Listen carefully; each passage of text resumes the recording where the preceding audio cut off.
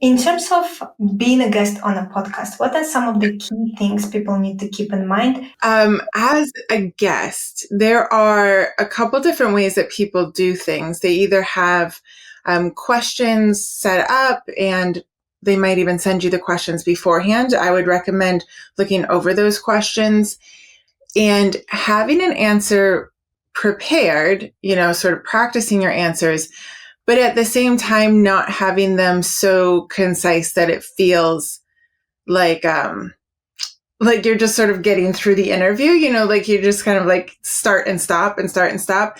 But to have, I think the more you practice it, the more you're able to do it, answer very casually and a little bit more conversationally. So I recommend practicing. And it is good to practice also to have a bit more concise answer, whether they have questions for you or not, because sometimes it takes us many iterations of what we're trying to say to get around to what we want to say, right? And so you kind of want to avoid that on a podcast. They're usually having like 30 to 40 minutes for you, right? So you kind of want to know what you're going to say and not have to go through that sort of brain repetition. And then there are people like me who don't have questions ahead of time. It's very much a conversation, and I would recommend just sort of practice, having somebody practice with you, especially if you are very nervous in general for it.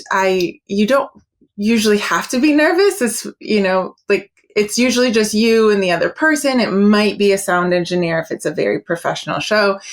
But the biggest advice, the piece of advice I can give anyone is to practice as much as you need to allow your personality to show through, because one of the hardest things as a host is to sort of pull more out of the person when they are so nervous or they are so concise that there isn't as much information being given, and then the host really has to like fill in the details.